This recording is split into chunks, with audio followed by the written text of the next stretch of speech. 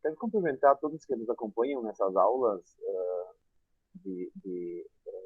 em que nós estamos estudando como se forma o pensamento reflexivo a partir do filósofo chamado John Dewey.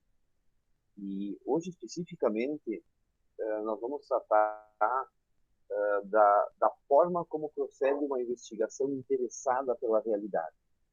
O primeiro tópico que eu gostaria de ressaltar aqui, em termos de recapitulação, é que quando nós pensamos em determinada situação, e principalmente refletimos sobre alguma coisa que nos está acontecendo, a prova cabal daquilo que nós pensamos é quando nós fizemos alguma coisa.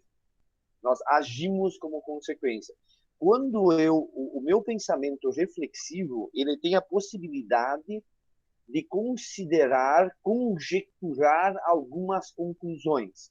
Mas essas conclusões, elas são sempre na forma de pensamento até que o haja de acordo com aquilo que eu considerei. Então, a prova do meu bom raciocínio aqui está na ação que se concretiza conforme aquilo que eu pensei. Ou pelo menos com aquilo que eu levantei como hipótese. Feita essa estrutura geral, todo pensamento é uma espécie de investigação da realidade. Eu analiso os aspectos do meu mundo, eu analiso o que está em jogo, com a observação, com os dados disponíveis, e a partir desses dados disponíveis, eu compreendo alguma sugestão, eu imagino alguma sugestão que dá consequência.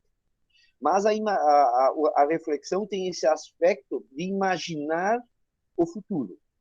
Quer dizer, de concluir alguma coisa na perspectiva do que vai acontecer, ou do que eu tenho que fazer perante aquilo que vai acontecer. Essa, essa prova cabal, ela é a ação. Então, o que eu quero assim frisar aqui de uma forma muito rápida é que o pensar perante a realidade, a nossa capacidade de refletir perante a realidade, não é com certezas, mas com hipóteses. Daí eu vou para o primeiro item aqui da aula, que o pensamento enquanto uma investigação, ela é pessoal. Então, assim, cada um reflete a partir das suas condições e chega a determinadas conclusões. Quando se chega a determinada, mas cada um interpreta, reflete e chega às suas próprias conclusões acerca daquilo que não aconteceu.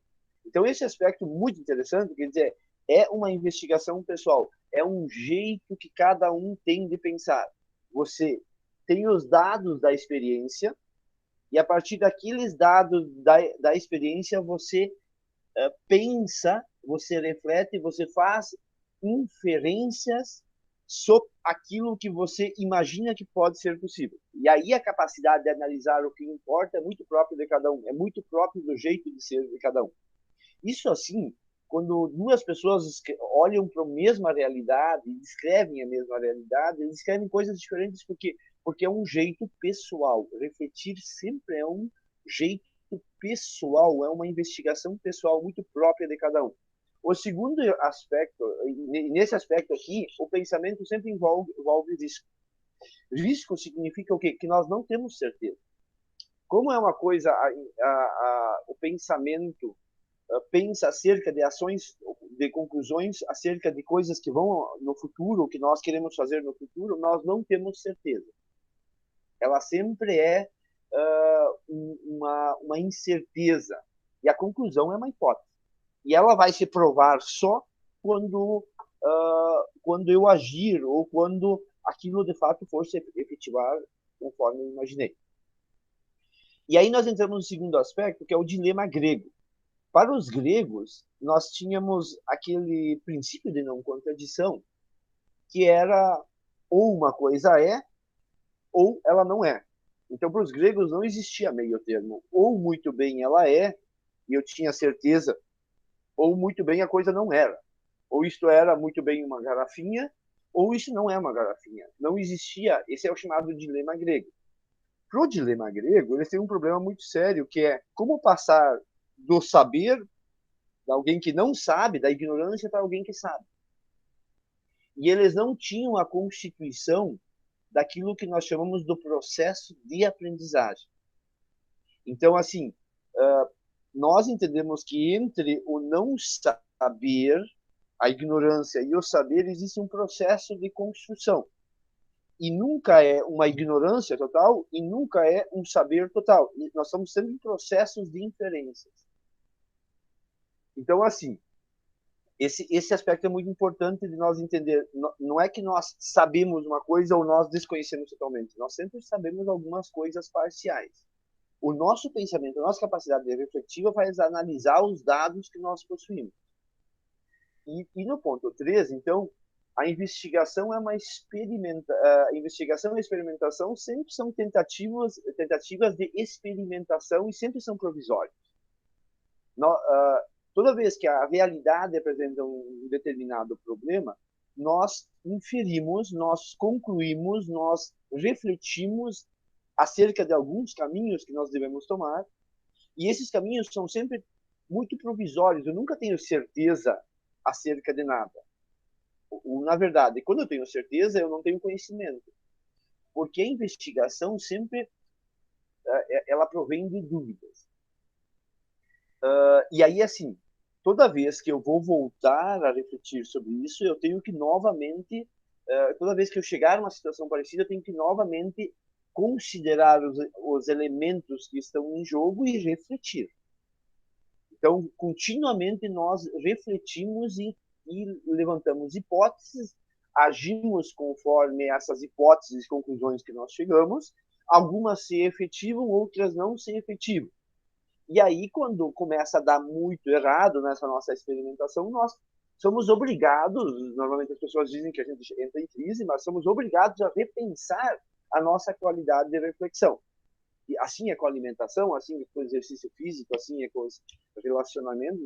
Nós chegamos a certas conclusões, a gente não consegue refletir sobre todos os âmbitos da nossa vida todos os dias, mas quando nós refletimos, nós concluímos, nós criamos uma conjectura e nós usamos essa conclusão. Se ela se efetivar na prática, nós tendemos a usar ela com mais frequência.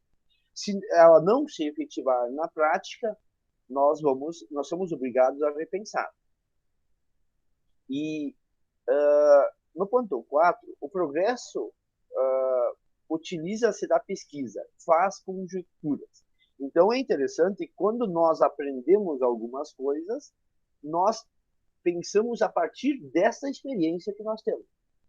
Então, quando eu conjecturei algumas coisas, seja projetos de vida, seja planos, em qualquer nível que for, quando eles se efetivaram, eu tendo a repetir, quando eles não se efetivaram e eu fiz o meu raciocínio, minha reflexão não se efetivou, eu tenho que analisar naquela nova circunstância quais são as razões que o meu raciocínio falhou.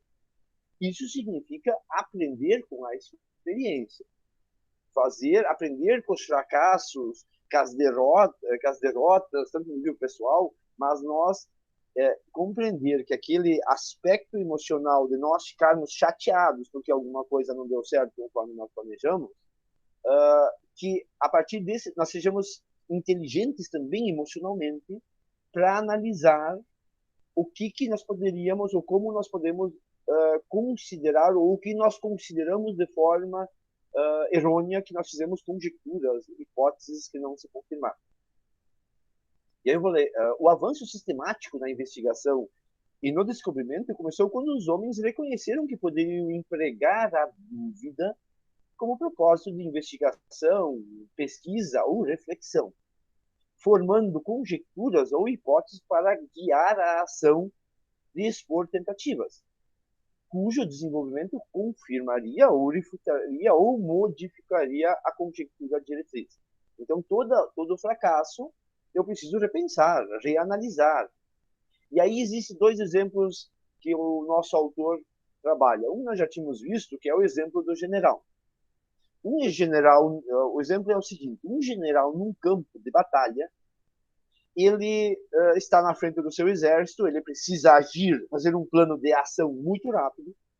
Ele pega algum tipo de informação que ele recebe Mas no campo de batalha, ele tem que ter certeza de que talvez algumas das informações que chegam já tenham sido distorcidas, talvez algumas das informações já tenham sido alteradas, interceptadas, modificadas ou sejam liberadas para que ele faça um plano de ação errôneo. E ele precisa, a partir dessas informações, sabendo que não são certezas, que são parciais, fazer um plano de ação. Ele precisa, a partir daquelas informações fragmentadas, tentar guiar o seu exército rumo à vitória. Olha só, tem uma coisa interessante aqui. Ele precisa fazer um plano de ação, ele precisa agir conforme aquilo que ele tem, sabendo que as informações que ele tem não são necessariamente seguras, mas ele precisa tirar uma forma, um modo de agir. E ele está envolvido emocionalmente com aquilo que ele está pensando. Afinal, a vida dele está em jogo. Se ele guiar, se ele fazer um raciocínio errôneo, a vida dele, dos homens dele, estão em risco. Então, ele se mostra emocionalmente muito interessado pela ação. Este tipo de ação do general é um modelo de inferência de raciocínio, e outro modelo de raciocínio é um astrônomo que prevê um eclipse. Esse astrônomo que vai prever um eclipse, ele lida com hipóteses, com probabilidades, com conhecimentos que ele já tem, que ele estudou muito longos anos, mas esse conhecimento dele, ele dirige uma reflexão e uma conclusão reflexiva, que não necessariamente ele vai ter que levar a agir de acordo com isso. Muitas vezes o conhecimento, como nós aprendemos na escola, ele é desse segundo nível. O que significa? Ele não está envolvido emocionalmente com aquilo lá. Isso não significa que a vida dele vai mudar muito se ele não vai morrer se ele não prever o eclipse. Claro que eu poderia usar isso num outro tipo de hipótese mais complexa, mas assim, é uma conclusão em que não requer dele um outro tipo de ação prática, vamos dizer assim, que não seja uma conclusão hipotética. Ao passo que o general, ele se interessa muito mais, porque a vida dele está diretamente ligado acerca daquilo que ele vai concluir.